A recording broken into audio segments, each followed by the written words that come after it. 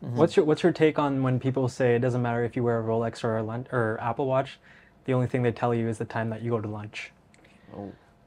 I mean, it's valid. It's a valid Yeah. statement, right? But I feel like, you know, people buy high-end watches or even jewelry for one of two reasons mainly, right? Yeah. It's either to show off, right?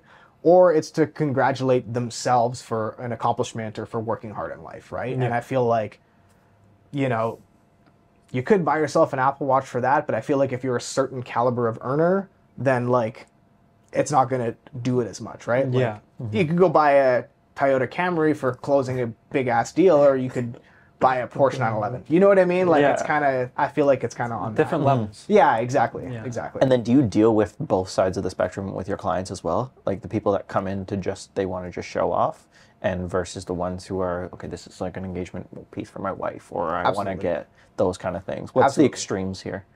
I mean, you have, like you said, both ends of the spectrum, right? You have Yeah. guys coming in who, you know, probably spent 95% of every dollar they have on a piece of jewelry to portray a certain image, right? Wow.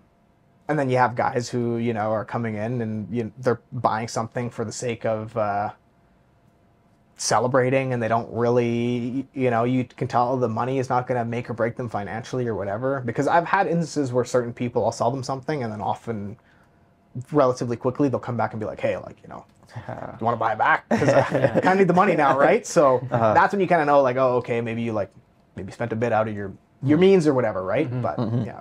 What does your business primarily look like today? So are you buying a lot of pieces, or are you doing a lot of custom work? What's the split here, and what does that look like?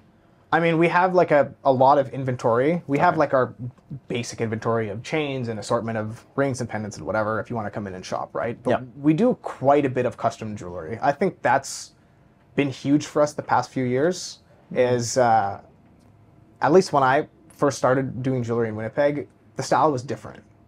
People were wearing like those, they call them the diamond cut chains, these big, huge square link chains and the nugget rings. And that was pretty much what all the guys were wearing. That was what they wanted, which is strange because in every other major city in the world, almost nobody's really wearing that anymore, right? It's 80s jewelry mostly.